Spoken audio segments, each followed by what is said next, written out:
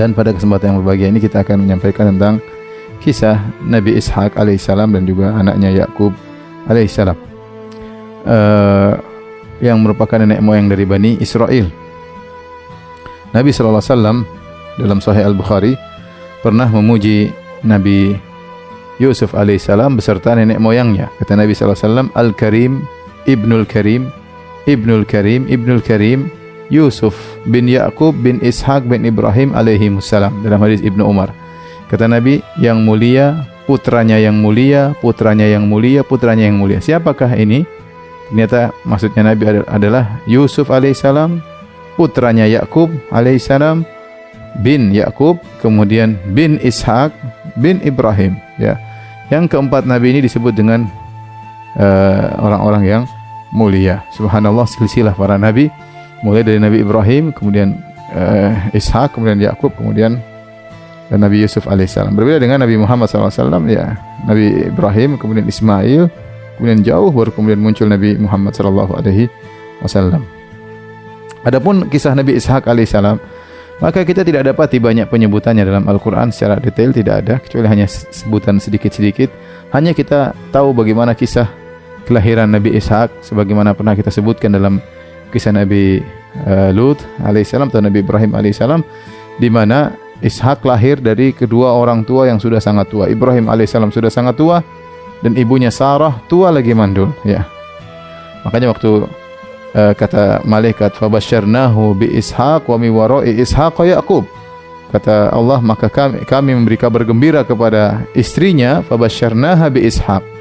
Itu kami beri kabar gembira kepada Sarah bahwa dia akan punya anak namanya Ishaq. Wa mi wara'i Ishaq Yaqub, dan setelah Ishaq dia punya anak lagi namanya Yakub, yaitu anaknya Ishaq Yakub. Ini kabar gembira luar biasa bahwasanya dia akan punya anak Ishaq, dan Ishaq ini akan punya anak namanya Yakub. Makanya dia mengatakan, ya wailata a'alidu wa ana ajuzun wa hadza ba'li syaikha.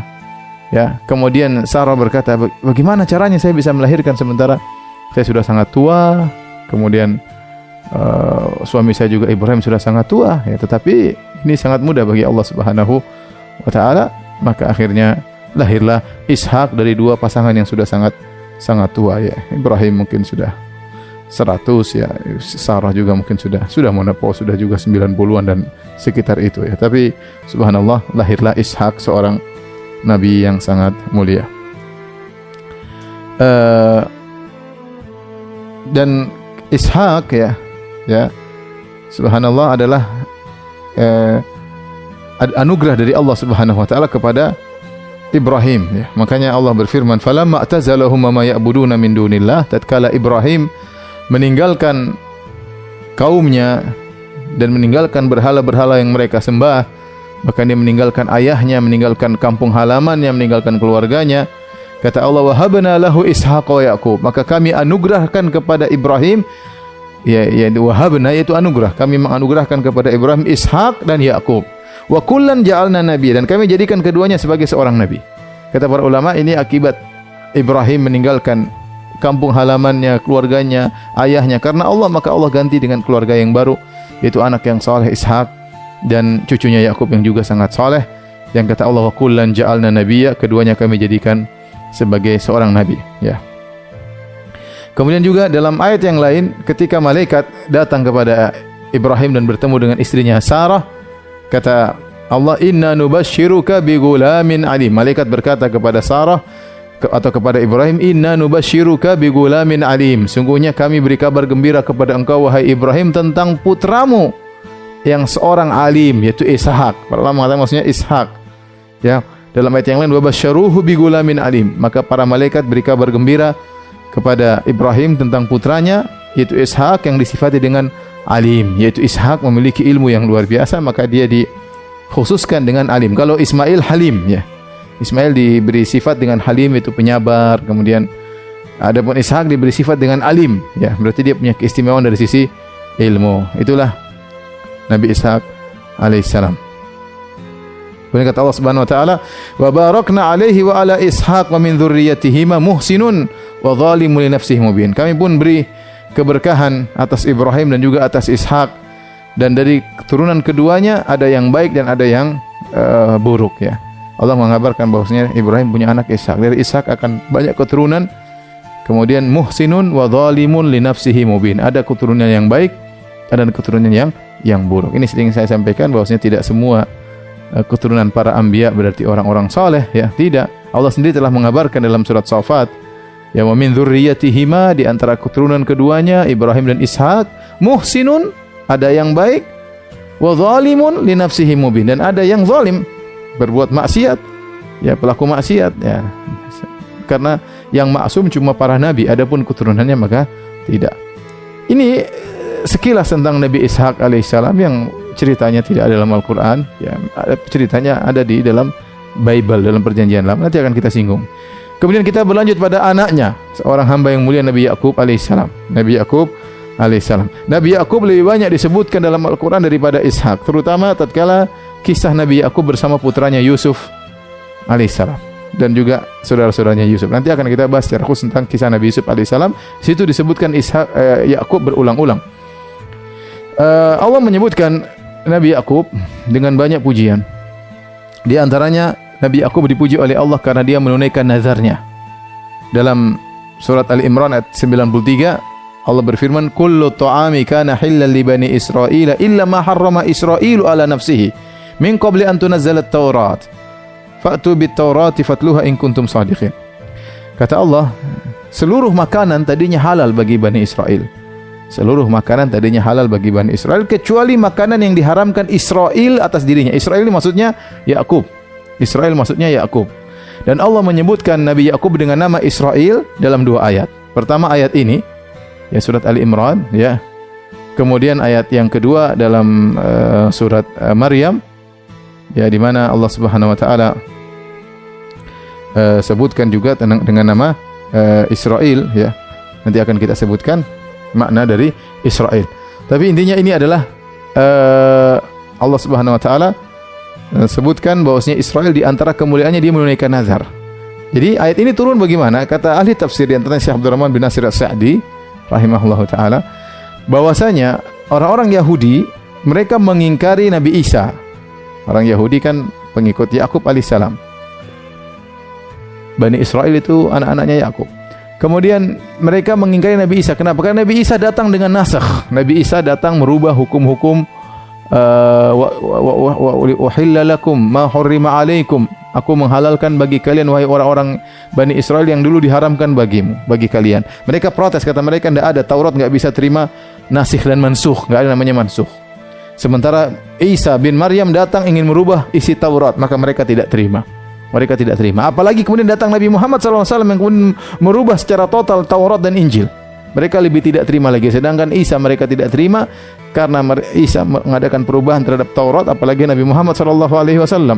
Oleh kerana Allah bantah mereka, kata Allah, lihatlah, kullu ta'ami kana halal li bani Israil illa ma harrama Israilu ala nafsihi.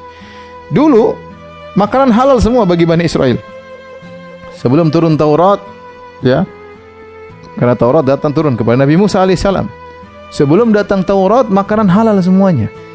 Kemudian Israel mengharamkan atas dirinya, illa ma harrama Israil ala nafsih. Israel mengharamkan makanan pada dirinya. Kenapa? Apa ceritanya Israel mengharamkan? Israel maksudnya Yakub. Apa ceritanya Yakub mengharamkan makanan bagi dirinya? Disebutkan oleh para ahli tafsir, dia mengalami suatu penyakit namanya irqun nasa, yaitu semacam penyakit di pinggang. Ada yang mengatakan mirip dengan saraf kejepit, mirip dengan saraf kejepit, ya. Jadi dia kesakitan, akhirnya dia bernazar kepada Allah, ya Allah, kalau aku sembuh, aku tidak akan memakan makanan yang paling aku sukai.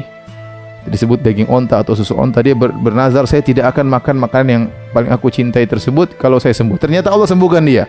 Begitu Allah sembuhkan dari penyakitnya, maka dia pun menunaikan nazarnya. Dia menunaikan nazarnya. Allah puji di sini bagaimana Israel atau Yakub alaihissalam menunaikan nazarnya. Akhirnya dia tidak makan onta dan tidak minum susu onta. Di sini Allah ingin membantah mereka, kalian melarang nasakh sementara perubahan hukum pernah terjadi. Dahulu sebelum Taurat turun, makanan halal kecuali yang diharamkan oleh Israel.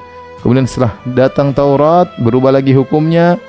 Kemudian ada pengharaman akibat perbuatan mereka, sebagian makanan diharamkan. Kemudian datang Nabi Isa alaihissalam menghalalkan apa yang diharamkan dan ini mudah terjadi, ini aturan Allah. Kemudian datang Muhammad sallallahu alaihi wasallam memberi aturan baru, enggak ada masalah. Ini bukan alasan bagi kalian untuk menolak Nabi Muhammad atau menolak Nabi Isa alaihissalam. Kemudian di antara sifat yang Allah sebutkan tentang Nabi Yakub, Allah sebutkan Nabi Yakub adalah orang yang memiliki ilmu. Dalam surat Yusuf kata Allah, "Wa innahu ladzu ilmin lima 'allamnahu walakinna aktsaran nasi la ya'lamun." Sungguhnya Yakub itu adalah pemilik ilmu.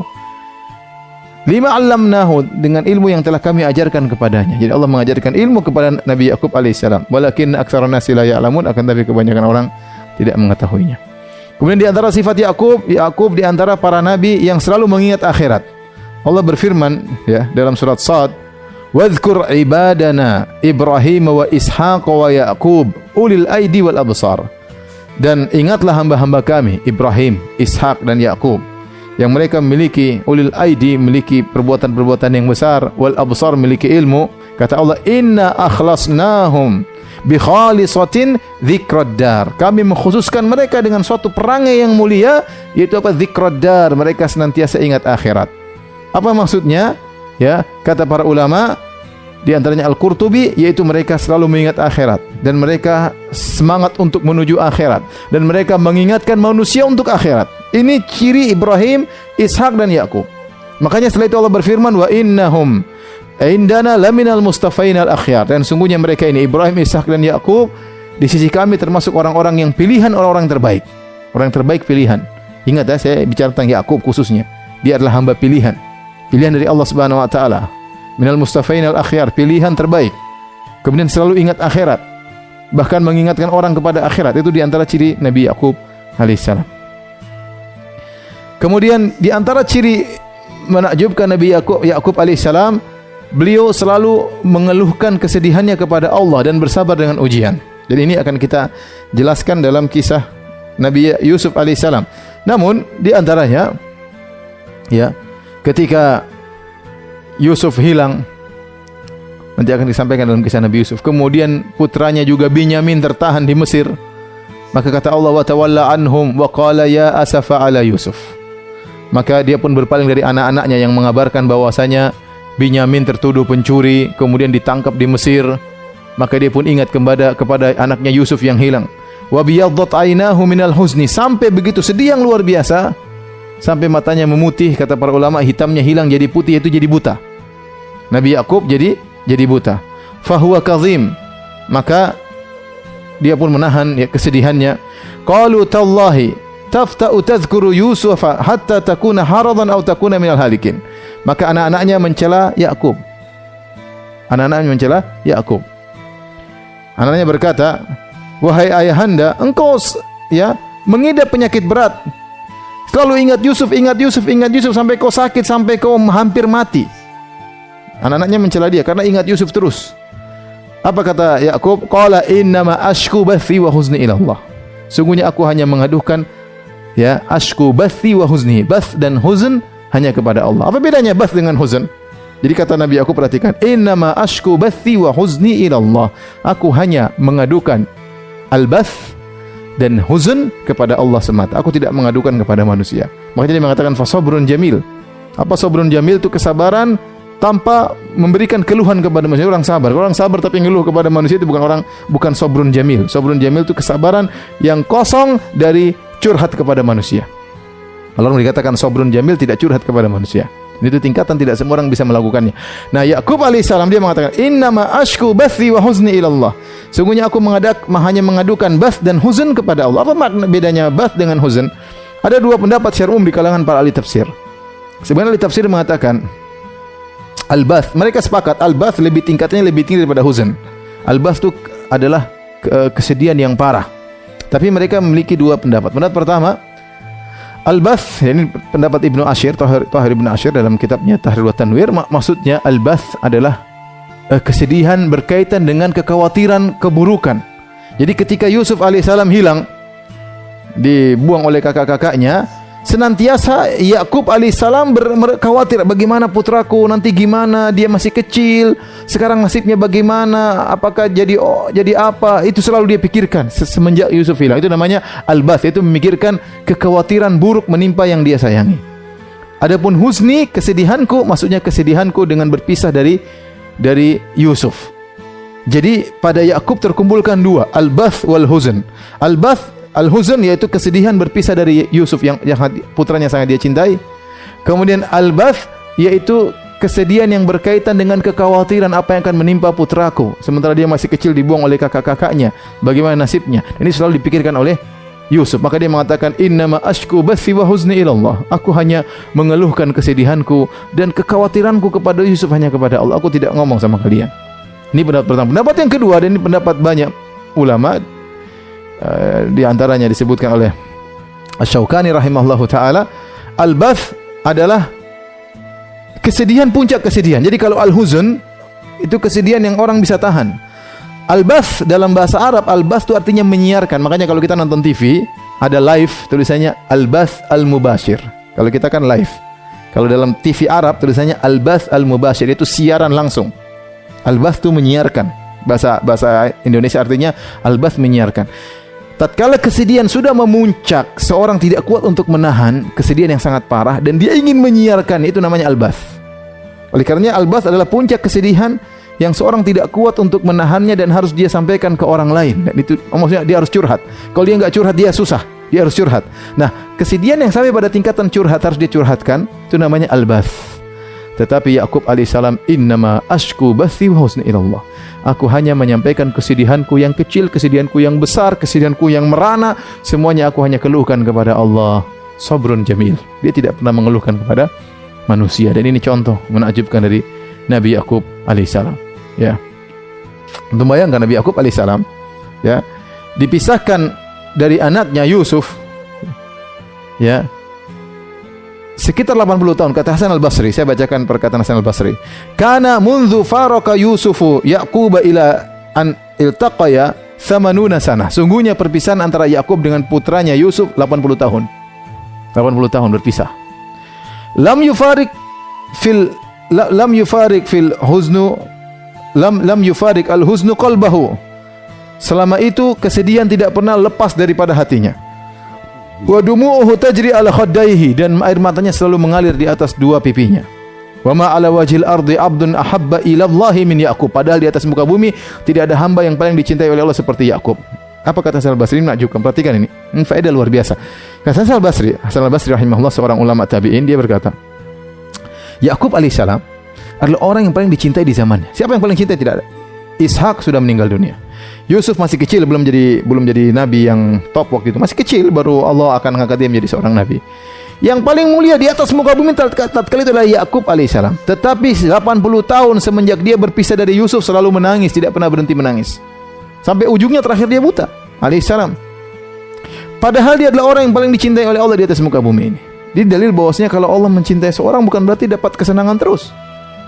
Bukan berarti kalau orang disayang sama Allah berarti dia kaya, kemudian dia selalu sehat, dia selalu senang-senang, tidak ada masalah problematika, tidak ada. Bukan begitu, tidak harus demikian. Lihat Yusuf alaihissalam, lihat Yakub alaihissalam, orang yang paling dicintai oleh Allah, tapi penderitaannya 80 tahun, tidak berhenti-berhenti, selalu menangis. Maka maksud saya, kita ini berat, ini teori, tapi ini teori kita berusaha ngerti dulu, entah prakteknya urusan belakangan. Tapi maksud saya, kalau kita terkena musibah, jangan selalu suudzon kepada Allah. Kita nggak tahu, bisa jadi Anda dikasih musibah karena Allah sayang kepada Anda. Kata Nabi SAW, Innallaha idza ahabba qauman ibtalahum. Sungguhnya Allah jika mencintai suatu kaum, Allah akan menguji mereka.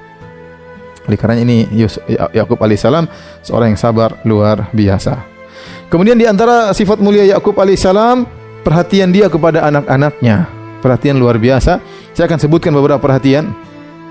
Pertama, sabar dia terhadap anak-anaknya durhaka. Anaknya 12, nanti akan disebut. Anaknya 12 laki-laki durhaka, kurang ajar. Yang tidak kurang ajar cuma Yusuf sama Binyamin. Yang 10 kompak untuk durhaka, ya, menipu bapaknya. Bapaknya Nabi mereka tipu. Nanti akan kita sampaikan dalam kisah Nabi Yusuf alaihissalam. Akhirnya Yusuf dibuang, lemparkan dalam sumur, dijual. Durhaka anak-anak ini. Bayangkan punya anak 10 durhaka semua, ya. Tapi Nabi Yakub alaihissalam sabar. Yang kedua, Yakub alaihissalam memperingatkan bahaya hasad kepada anak-anaknya. Ini berapa bentuk perhatian Yusuf pada anaknya. Seperti Yakub memperingatkan bahaya hasad kepada Yusuf. Waktu Yusuf mengatakan ya abati inni ini ahada asyara kaukaban wasyamsa wal qamara ra'aitum li sajidin. Wahai ayahanda, ya, aku melihat ada 11 bintang, rembulan dan matahari sujud kepadaku. Apa kata Nabi Yakub alaihissalam? La takhsus ru'yaka ala ikhwatika fayakidu laka kaida. Wahai Yusuf, jangan kau ceritakan kepada saudara-saudaramu. Mereka akan buat makar kepadamu. Kenapa? Saudara-saudaramu hasad nanti. Jangan cerita. Jadi dia sayang kepada anaknya, jangan sampai cerita kepada kakak-kakak yang lain, nanti akan hasad. Bahaya hasad. Yang kedua juga ketika akhirnya Nabi Yakub menyuruh anak-anaknya untuk mencari Yusuf alaihissalam. Suruh pergi ke Mesir. Kata Nabi Yakub alaihissalam, ya baniya la tadkhulu min babin wahid wadkhulu min abwabin mutafarriqah. Wahai anak-anakku, kalau kalian nanti pergi masuk ke kota Mesir, jangan kalian masuk satu pintu, berpisah-pisahlah, berpencarlah kalian. Kenapa? Kata para ulama, rata-rata ulama mengatakan Yakub alaihissalam khawatir anaknya terkena ain. Kenapa? Mereka 11 orang, gagah-gagah badannya, kemudian bajunya beda dengan baju orang Mesir, ganteng-ganteng orangnya, akan menjadi pusat perhatian. Maka pisah-pisahlah, satu dari pintu sana, satu dari pintu sini. Dulu di Mesir ada beberapa gerbang untuk masuk, ya. Ini nasihat kenapa? Agar jangan mereka terkena hasad, ya. Atau jangan sampai mereka jadi pusat perhatian, kemudian ada para pencuri atau penyamun yang akan merampok mereka. Kemudian Nabi Yakub juga mengajarkan kepada anaknya untuk bertawakal. Setelah Nabi Yakub berkata, la tadkhulu min babin wahid wadkhulu min abwabin mutafarriqah wa ma ughni ankum minallahi min syai'. Inil hukmu illa lillah. Alaihi tawakkaltu wa alaihi falyatawakkalul mutawakkilun. Perhatikan kata Nabi Yakub, wahai putra-putraku, kalian ingin ketemu pembesar di Mesir. Caranya bagaimana? Masuklah kalian ke Mesir, jangan bareng-barang satu pintu, pergilah dengan pintu yang berbeda-beda. Kenapa? Kalau kalian masuk satu pintu rame-rame, bisa kalian dihalangi, bisa ada yang mencuri, ada yang merampok, bisa terkena ain, bisa akhirnya kalian tidak sampai pada sang pembesar yang baik yang ada di Mesir. Maka masuklah kalian dari pintu yang berbeda-beda. Tapi ingat, kata Nabi Yakub, "Mama ugni ankum minallahi syai'a." Mama ugni ankum minallahi min syai'. Aku tidak bisa. Ini sekedar ide, sekedar nasihat, tapi urusan Allah. Ini sekedar nasihat tapi keputusan di tangan Allah. Oleh karenanya, inil hukmu illa lillah. Keputusan di tangan Allah. Kalian sudah berusaha, kalau terjadi sesuatu ya bukan urusanku. Serahkan. Jadi serahkan kepada Allah. Alaihi tawakkaltu, aku bertawakal kepada Allah. Wa alaihi falyatawakkalul mutawakkilun. Hendaknya orang-orang bertawakal kepada Allah. Jadi Yakub alaihissalam mengajarkan namanya tawakal yang benar adalah berusaha. Jangan masuk bareng-bareng, masuk berpisah-pisah, tapi jangan sampai hatimu terikat kepada sebab tersebut. Karena keberhasilan hanyalah urusan Allah Subhanahu wa taala. Ini nasihat luar biasa dari Yakub kepada putra-putranya. Kemudian juga Yakub mengajarkan kepada anaknya itu tidak putus asa. Ya bani yadhhabu fatahassasu min Yusufa wa akhihi wa la tayasu min rahillah. Wahai anak-anakku, pergilah kalian carilah kabar tentang Yusuf dan saudaranya dan jangan kalian putus asa dari rahmat Allah. Jangan pernah putus asa, kata Nabi Yakub. Dia saja sudah 80 tahun terpisah dari Yusuf, dia tidak putus asa. Dia berdoa setelah 80 tahun baru Allah kabulkan doanya. Bayangkan, tidak putus asa dengan doa kepada Allah Subhanahu wa taala. Selama masih bernafas, selama masih bisa nyawa di dalam nafas, masih di kerongkongan, berdoa terus, tidak ada putus asa. Dan dia yang mengatakan wala tayasu mir rahillah, wahai anak-anakku jangan putus asa dari rahmat Allah Subhanahu wa taala. Sementara dia sudah 80 tahun terpisah dari putranya Yusuf alaihissalam. Dan di antara perhatian dia kepada anak-anaknya alaihissalam, dia mewasiatkan tatkala akan meninggal dunia. Kata Allah, am kuntum syuhada idh hadara Yaqubal maut. Apa kalian hadir tatkala Yakub akan meninggal dunia? Idh qala li banihi ma ta'buduna min ba'di. Tatkala dia berwasiat kepada putra-putranya, apa yang kalian sembah setelah aku? Qalu na'budu ilahaka wa ilaha abaika. Maka mereka berkata, kami menyembahmu, menyembah Tuhan bapakmu, ya, Ibrahim, Ismail dan Ishak, ilahan wahidah. Kami akan menyembah ya Tuhan nenek moyangmu, yaitu Tuhan yang esa. Wa nahnu lahu muslimun. Dan kami menyerahkan diri kepada Tuhan tersebut. Inilah kisah Nabi Yakub alaihissalam dalam Al-Quran, dan kebanyakannya disebutkan dalam kisah Nabi Yusuf alaihissalam. Taib. Para pemirsa yang dirahmati Allah Subhanahu wa taala, saya katakan tadi Yakub nama lainnya Israel. Allah sebutkan dalam beberapa ayat Al-Quran bahwasanya Yakub namanya Israel. Di antaranya tadi dalam surat Ali Imran, kullu ta'ami kana halal li bani Israil illa ma harrama Israilu ala nafsih. Kecuali makanan yang diharamkan Israel terhadap dirinya. Israel maksudnya Yakub. Yang kedua yaitu dalam Surat Maryam kata Allah, ulaika alladziina an'ama Allahu 'alaihim minan nabiyyin min dzurriyyati Adam wa mimman hamalna ma'a Nuh wa min dzurriyyati Ibrahim wa Israil. Ya, dari keturunan Ibrahim dan Israil. Israil maksudnya Yakub. Yakub alaihissalam. Apa makna Israil? Israil maknanya adalah hamba Allah. Sama seperti Mikail, Jibril, Israfil ya. Il itu kata sebagian ulama, il maksudnya Allah secara bahasa Ibrani. Il artinya Allah. Israil artinya Abdullah. Kata mereka Jibril dari Gebrail dalam bahasa Ibrani artinya orang sosok yang kuat, sosok yang kuat itu malaikat yang sangat kuat. Jibril. Intinya il maksudnya Allah Subhanahu wa taala. Jadi Israil maksudnya hamba Allah Subhanahu wa taala. Nah, bagaimana kisah Yakub alaihissalam? Kita tidak mendapat literatur dalam berita tentang Nabi Yakub yang detail dalam literatur Islam. Kita hanya mendapat berita tentang Yakub alaihissalam dalam literatur orang-orang ahlul kitab. Oleh karenanya para ulama yang bahas tentang Nabi Yakub alaihissalam, mereka menukil dari Israiliyat, dari literatur ahlul kitab. Di antaranya dari Perjanjian Lama. Bahkan cerita tentang Yakub dinukil secara total yaitu dinukil dengan nukilan yang panjang oleh Ibnu Katsir rahimahullah dalam kitabnya Qasasul Anbiya. Itu diambil dari Perjanjian Lama. Namun kita tahu ceritanya aneh. Maka pada kesempatan kali ini saya akan menyampaikan tentang kisah Yakub alaihissalam menurut Perjanjian Lama. Kita bandingkan dengan bagaimana Yakub dalam Islam. Para pemirsa yang dirahmati oleh Subhanahu wa taala. Jadi disebutkan dalam literatur Israiliyat dalam Perjanjian Lama, setelah Nabi Ibrahim dianugerahi oleh Ismail dengan pernikahannya dengan Hajar, kemudian Hajar akhirnya mengungsi dibawa ke Mekah. Maka setelah itu 14 tahun kemudian atau 13 tahun kemudian lahirlah Ishak. Kemudian Ishak ya menikah dan punya anak dua, namanya Isu atau Al-Is dengan Yakub. Ishak punya anak namanya Al-Isu dan Yakub, dan istrinya namanya Ribqah atau dalam literatur Islam namanya Rifqah. Istri namanya Ribqah.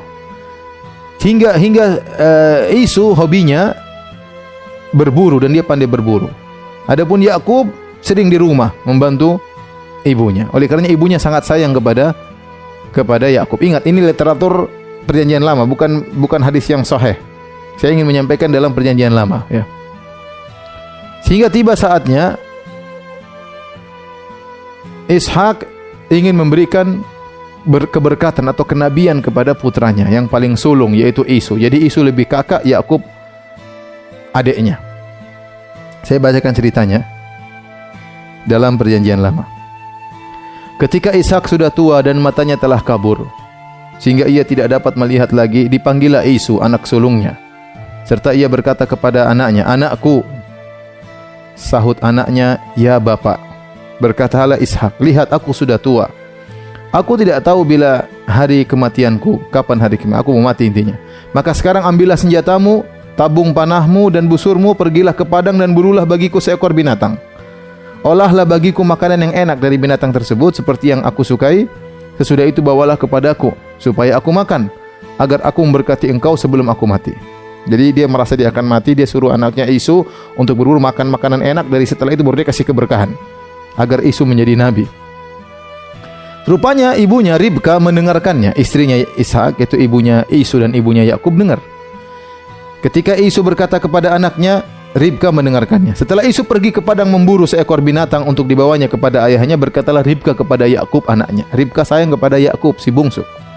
"Telah kudengar ayahmu berkata kepada Isu kakakmu, bawalah bagiku seekor binatang buruan dan olahlah bagiku makanan yang enak supaya aku makan dan supaya aku memberkati engkau di hadapan Tuhan sebelum aku mati.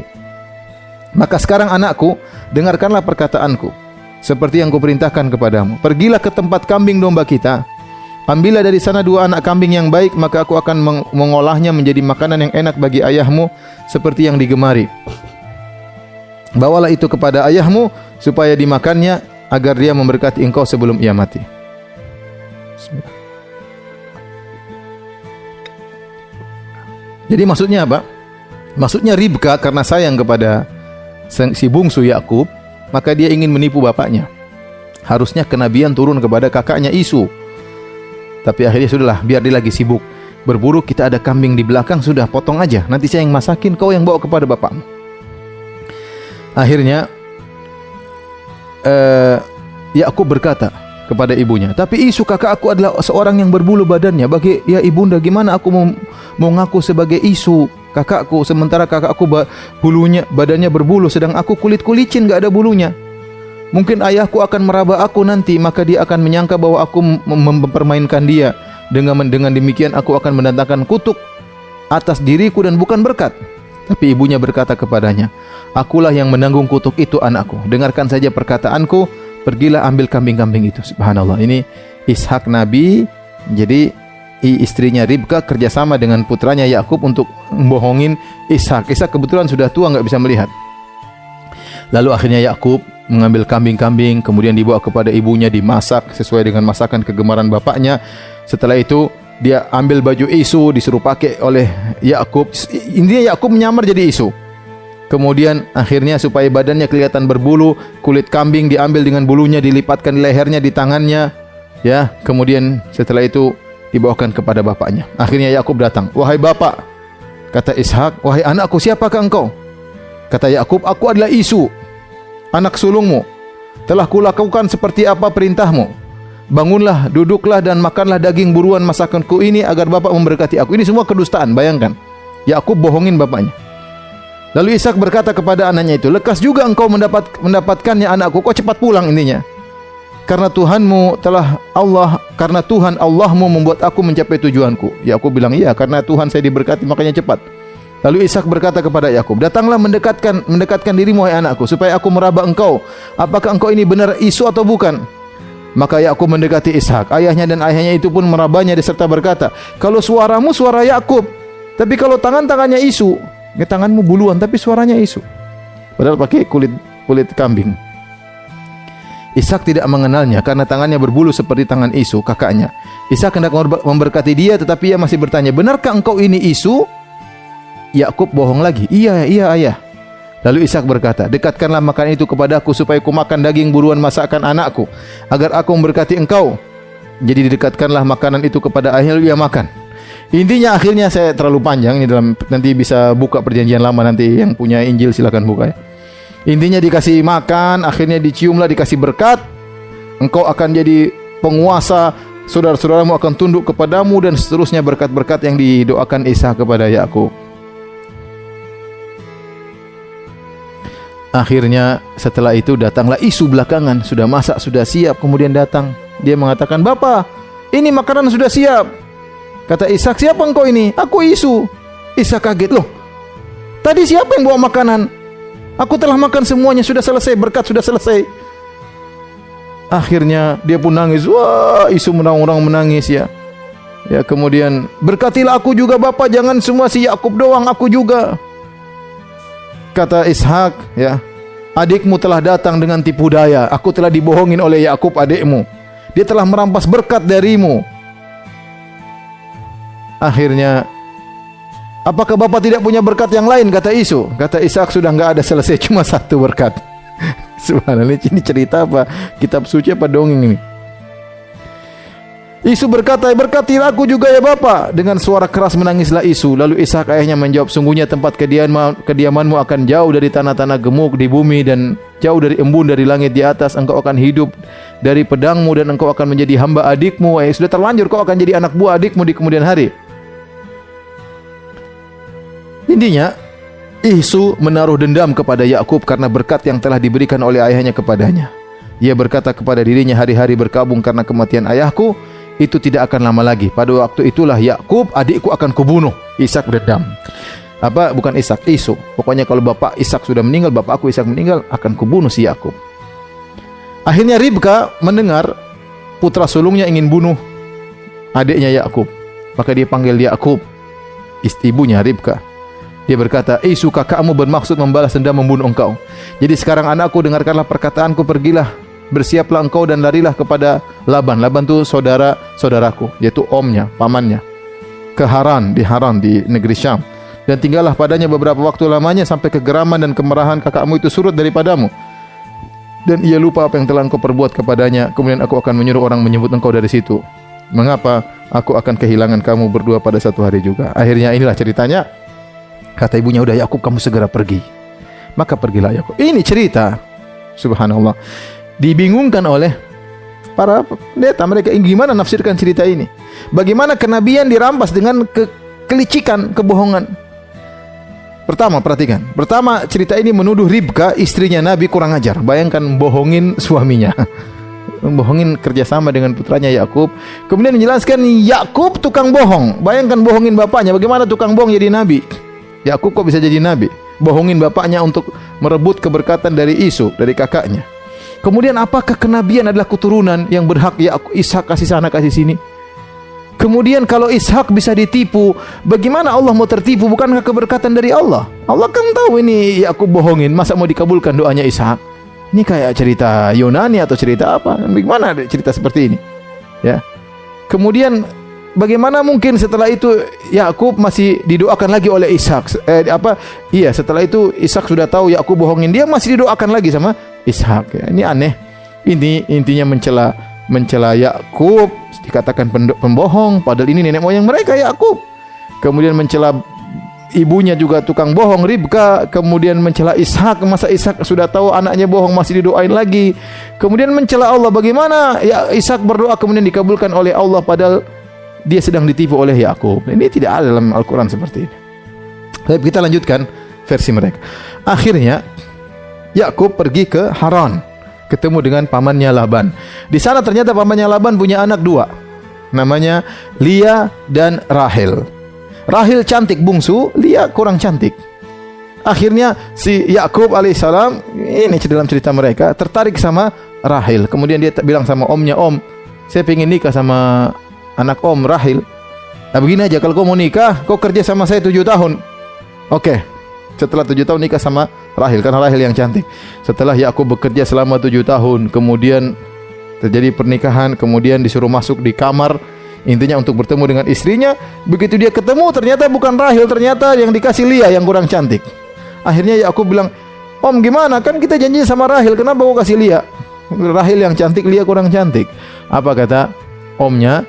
Tidak, dalam adat kita enggak benar kalau adik nikah dulu sebelum kakak. Sudah kakaknya dulu, kamu kerja lagi 7 tahun lagi supaya kamu dapat Rahel. Akhirnya Yakub kerja lagi selama 7 tahun untuk mendapat Rahel. Akhirnya dia nikahi kakak beradik. Ini menurut mereka ini dulu boleh menikah Lia dan Rahel. Akhirnya Lia punya budak namanya Zilfa, ya. Adapun Rahel punya budak namanya Bilha. Ketika menikah ternyata Lia punya anak. Akhirnya Rahel pun cemburu. Akhirnya Rahel menghadiahkan budaknya bernama Bilha kepada Yakub. Akhirnya Yakub nikahi punya anak. Akhirnya Lia pun cemburu, dia hadiahkan pun budaknya Zilfa kepada Yakub. Akhirnya punya anak juga. Akhirnya Yakub punya 4 istri, yaitu Lia, kemudian adiknya Rahel, kemudian budaknya Rahel yaitu Bilha, dan budaknya Lia yaitu Zilfa. Dan ini 4 dinikahi. Dari 4 ini punya anak 12. 12 anak ini disebut dengan Banu Israel. Adapun Rahel, inilah ibunya Binyamin dan Binyamin dan Yusuf. Rahel ini ibunya Binyamin dan Yusuf. Adapun 3 yang lain punya anak 10. 10 sisanya dari 3 ibu tersebut. Saya bacakan ini dalam Perjanjian Lama, bisa dilihat dalam kitab Kejadian 35 ayat 23 sampai 27. Dari istri pertamanya Lia lahirlah anak bernama Ruben, Simon, Lawi, Yahuda, Isakhar dan Zebulon. Dari Rahel lahir Yusuf dan Binyamin. Dari Bilha lahirlah Dan dan Naftali. Dan dari Zilfa Gad dan Aser. Inilah 12 anak dari Yakub, yang 12 anak disebut dengan Bani Israel. 2 diantaranya Binyamin dan Yusuf, ibunya Rahel. Sisanya nanti cemburu kepada Binyamin dan Yusuf. Akan kita sebut dalam kisah Nabi Yusuf alaihissalam. Baik, kita masih ada sedikit waktu. Di antara cerita yang aneh dalam Bible, dalam Perjanjian Lama, kisah judulnya Yakub bergulat melawan Allah. Bayangkan, Yakub bergulat melawan Allah. Jadi Yakub berkelahi lawan Tuhan. Ini aneh, dan ini cerita dibikin bingung para pendeta gimana menafsirkan cerita ini. Sampai sekarang mereka bingung coba tafsirkan cerita ini. Jadi ceritanya suatu hari, jadi Yakub ini takut tahu kakaknya Isu datang ingin membunuh dia, maka dia pun kabur ketakutan. Ya, sampai dia bawa istrinya, kedua istrinya, bawa kedua budaknya, akhirnya menyeberangi tempat sungai dan yang lainnya. Dia pergi, ya. Ketika, ya, saya bacakan penulisannya. Pada malam itu Yakub bangun dan ia membawa kedua istrinya, kedua budaknya perempuan dan ke-11 anaknya, dan menyeberangi di tempat penyeberangan sungai Yabok. Sesudah ia menyeberangkan mereka, ia menyeberangkan juga segala miliknya. Lalu tinggallah Yakub seorang diri. Perhatikan, dan seorang laki-laki bergulat dengan dia sampai fajar menyingsing. Ada orang laki-laki bergulat sama dia.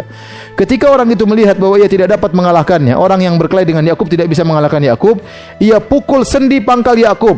Maka pangkal Yakub dipukul sama orang tersebut. Lalu kata orang itu, biarkanlah aku pergi karena fajar telah menyingsing. Lepasin aku ingin balik karena fajar sudah terbit. Sahut Yakub, aku tidak akan biarkan engkau pergi jika engkau tidak memberkati aku. Berkati aku dulu sebelum kau pergi. Bayangkan, Tuhan ditangkap suruh kasih berkat. Bertanyalah orang itu kepadanya, siapa namamu? Sahutnya Yakub.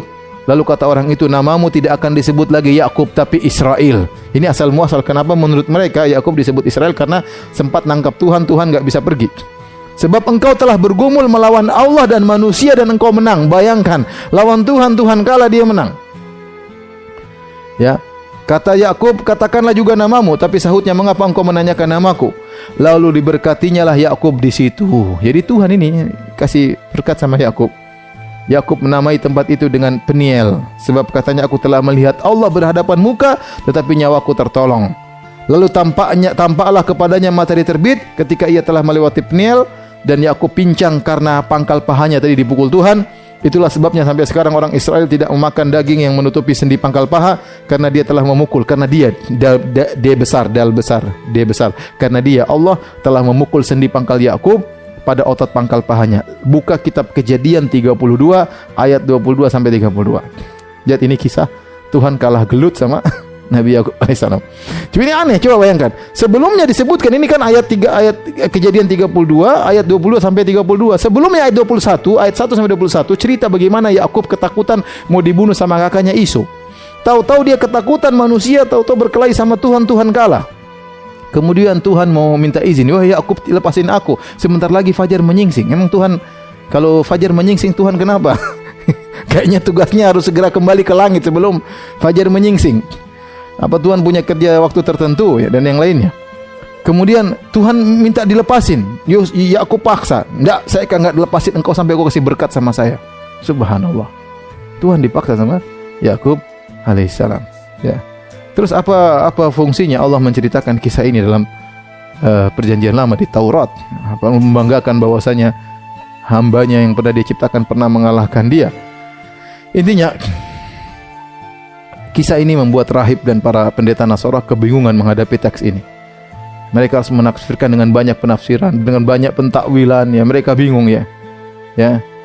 Kita coba bayangkan tadi tentang Yakub alaihissalam yang kita sebutkan dalam versi Al-Qur'an, yang saleh, penyabar, ya, jujur, bertakwa. Adapun Yakub versi Injil tadi apa? Penipu, nipu kakaknya.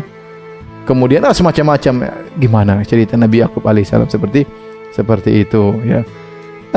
Kemudian Yakub akhirnya meninggal dunia setelah bertemu dengan anaknya setelah pisah dengan Yakub, kemudian bertemu dengan Yakub, kemudian akhirnya bertemu dengan Yusuf. Setelah itu kemudian dia meninggal dunia alaihissalam. Demikian saja para pemirsa yang dirahmati Allah Subhanahu wa taala, kisah tentang Nabi Yakub alaihissalam. Kita bersyukur dan memuji Allah Subhanahu wa taala atas anugerah Islam, anugerah kita membaca Al-Qur'an, anugerah kita mengetahui bagaimana kisah para anbiya, para nabi yang menakjubkan versi Islam. Sementara kita sedih melihat bagaimana kisah para nabi yang sudah saya sebutkan dari awal versi Bible. Mulai dari Nabi Adam, kisahnya aneh. Kemudian nabi-nabi yang lain juga, Nabi Lut, kemudian sekarang Nabi Yakub, ya. Dan demikian mereka akan menceritakan kisah-kisah para nabi dengan kisah-kisah yang aneh. Kita bersyukur bahwasanya kita di Islam ini bukti bahwasanya tuduhan mereka bahwasanya Muhammad hanya mencuplik daripada Taurat dan Injil itu tidak benar, karena Nabi Muhammad SAW adalah ummi, tidak bisa baca, tidak bisa tulis, dan kemudian ceritanya beda ya. Islam menceritakan, Al-Quran menceritakan Nabi dengan luar biasa, Ya, sementara mereka menceritakan para nabi dengan kisah yang terkadang konyol yang sudah kita ceritakan berulang-ulang. Demikian apa yang bisa saya sampaikan. Subhanakallah bihamdik asyhadu alla ilaha illa anta astaghfiruka wa atubu ilaik. Assalamualaikum warahmatullahi wabarakatuh.